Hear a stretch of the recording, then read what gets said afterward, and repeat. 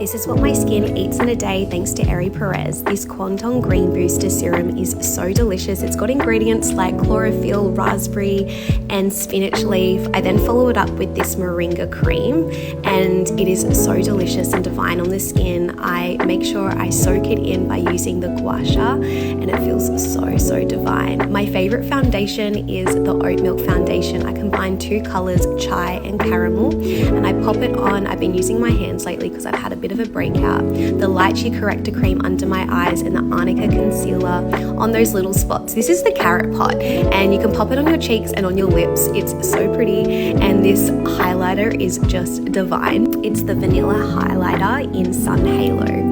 I also have this aloe gel which I can use on my eyebrows to set it and my eyelashes, and this is the Mango Lip Honey I use in Crush and Chili. I kind of combine the two and it brings out this beautiful color, and that's it. That's what my skin eats in a day.